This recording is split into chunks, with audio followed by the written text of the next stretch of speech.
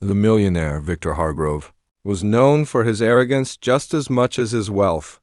He treated everyone beneath him with cold superiority, and his staff feared even the sound of his footsteps. Among them worked Amina, a quiet black maid who swept floors and polished glass with gentle hands, and an unshakable calm. Victor often mocked her, convinced she was uneducated simply because of her job. One afternoon, he hosted 2 foreign investors in his mansion. The men spoke in rapid French, occasionally glancing at Victor with raised brows.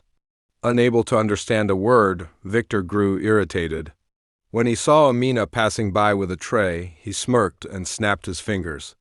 "Hey, Maid, since you think you're so smart, why don't you translate what they're saying?" His friends chuckled, expecting a moment of humiliation. Amina paused, her expression composed. "Are you sure, sir?" Victor folded his arms. "Go ahead. Impress us." The investors looked uncomfortable, but Amina simply nodded and repeated flawlessly in French every word they had just said.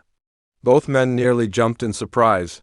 She then translated their conversation into English, explaining that they were discussing business ethics and laughing at Victor's lack of cultural awareness. Victor's smirk vanished. Embarrassed, he demanded, "How do you speak French?" Amina lowered her gaze.